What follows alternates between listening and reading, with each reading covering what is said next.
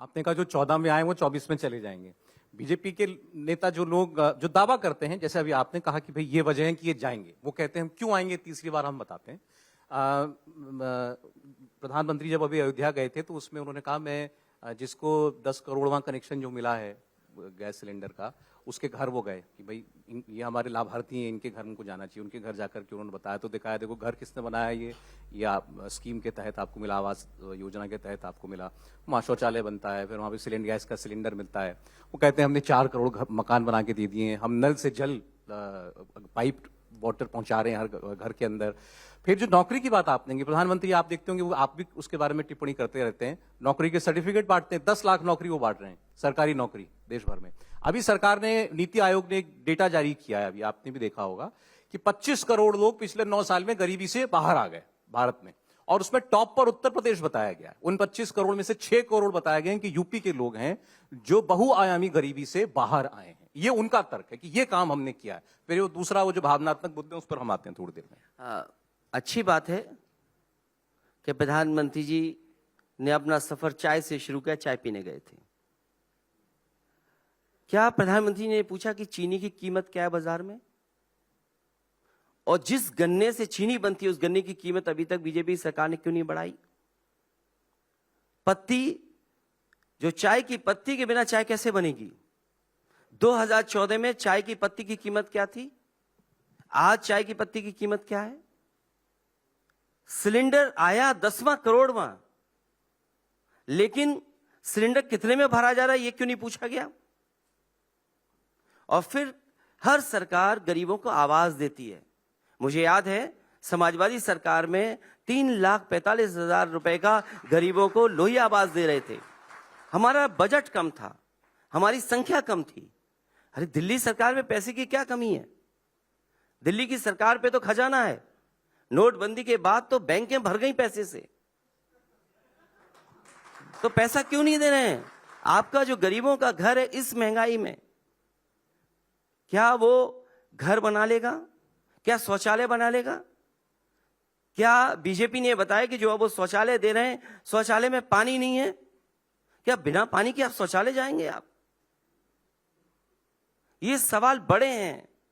और इसके साथ साथ अगर सिलेंडर 10वां करोड़वां मिलाए उस घर में गए हैं, तो कम से कम प्रधानमंत्री जी को उस किसान के घर भी जाना चाहिए जिस किसान की आय दोगुनी हो गई हो।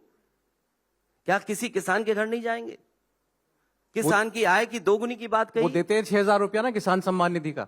देखिए 6,000 से किसी किसान की आय दोगुनी नहीं होती। हमें तो याद है, हम अपनी माताओं बहनों को 500 रुपए, यही जो 6,000 बता रहे हो आप, वो हम देते थे पहले।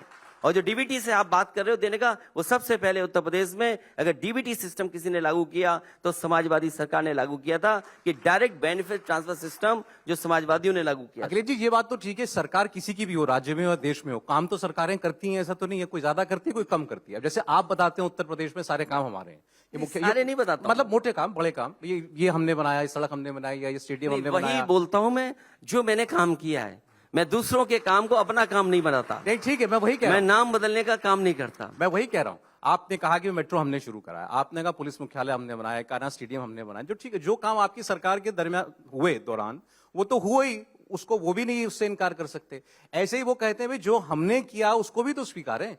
ऐसा तो नहीं है कि 9 साल में उन्होंने कुछ नहीं किया होगा। आपने जो कहा 14 में आए 24 में चले जाएंगे, मन इतना खट्टा हो गया होगा 22 के बाद, मैं तो कह रहा हूं 22 का इलेक्शन निकला अभी यूपी का, 2 साल के अंदर मन इतना खट्टा हो गया यूपी का इनसे। जनता को तय करना है, और जनता प्रदेश का चुनाव मतदान करती है अलग तरह से। और मैं तो कहता हूं अगर यही बात है आपकी, तो आकलन तो करेगी जनता। जिन्होंने सपना दिखाया कि स्मार्ट सिटी बनेंगे, क्या स्मार्ट सिटी बन गए?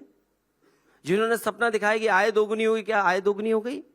इस सरकार ने एक भी जिला अस्पताल नहीं बनाया जहां पर गरीब का इलाज हो जाए। मुझे बताएं कि कहां पर जिला अस्पताल इन्होंने बनाया है। अगर यूपी से जीते हैं तो बताइए आईएम क्यों नहीं बना यूपी में एक नया?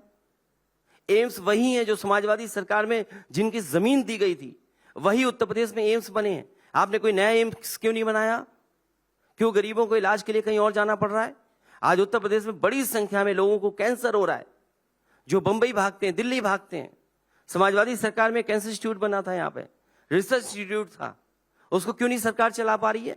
और ये बातें तो भूल जाइए, जो बात आप कह रहे हैं कि सरकार का से मन कैसे खट्टा, इनके सबसे प्रिय प्रधानमंत्री अटल बिहारी वाजपेयी जी, उनके गांव में कुछ नहीं किया। उनके नाम से जो यूनिवर्सिटी बनाई थी, प्रधानमंत्री जी ने शिलान्यास किया था, आज भी वो यूनिवर्सिटी नहीं बन पाई। तो सोचो, जो अपने नेता के काम ना करते हो वो जनता का काम क्या करेंगे?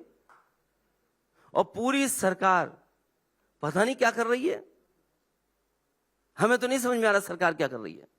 अच्छा, ये तो जैसा आपने कहा जनता को तय करना है क्या कितना काम हुआ, तो कंपेयर करेगी ना कि अखिलेश जी की सरकार में क्या काम हुआ था, इसमें क्या काम हुआ था, वो देख लेगी वो तो। अब जो माहौल बन रहा है, लेकिन उसकी मैं आपसे बात करना चाहता हूं।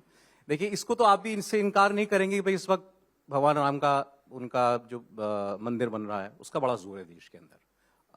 लोग बात भी कर रहे हैं उसके बारे में, लोगों की आस्था भी, हम तो आस्थावान देश हैं, तो भगवान राम का मंदिर बन रहा है तो लोगों में बहुत बड़ी उत्सुकता है 22 तारीख के कार्यक्रम को लेकर। मैं आपसे पूछना चाहता हूं इंडिविजुअली, आपको क्या लग रहा है वाकई में जो 22 तारीख का कार्यक्रम होने जा रहा है एक बड़ा दिन है, एक बड़ा कार्यक्रम है, आप मानते हैं देश के लिए इंपॉर्टेंट दिवस है? नहीं, अच्छी बात है, और अच्छा काम अगर हो रहा है तो वो कोर्ट की वजह से हो रहा है। लेकिन बीजेपी वाले ये बताएं कि 22 तारीख के बाद क्या भगवान चले जाएंगे? क्या 22 को ही आएंगे केवल? तो 22 का आयोजन हो रहा है, अच्छी बात है, आयोजन करें, लेकिन किसी को अपमानित ना करें। अपमानित कैसे? हिटलर की वो लाइन, जो हिटलर के साथ है वो देश प्रेमी है, जो हिटलर के साथ नहीं है वो देशद्रोही है।